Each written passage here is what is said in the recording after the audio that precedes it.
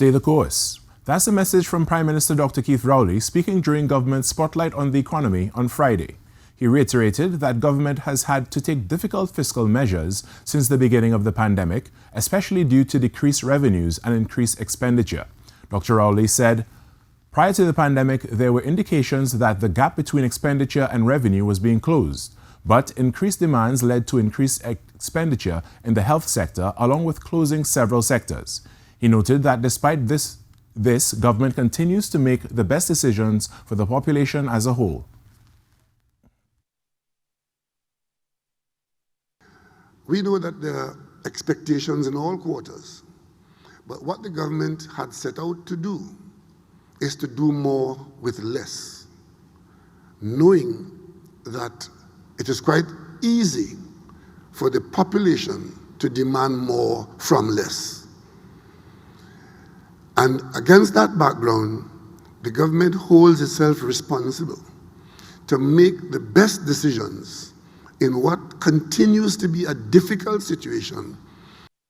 Rowley noted many had predicted a collapse of the economy, but said this was not to be. We now have to continue to stay the course. If we don't stay the course, we could undo a lot of the good work that we have done. And in the presentations today, we'll want to identify some of the very specific things that were done. And I would want to say to the people of Trinidad and Tobago that the fiscal behavior of the government of Trinidad and Tobago under these circumstances has been exemplary. Meanwhile, Prime Minister Dr. Keith Rowley, along with Minister of Energy and Energy Industries, Sort Young, is set to meet with a range of global energy companies who have significant investments in this country.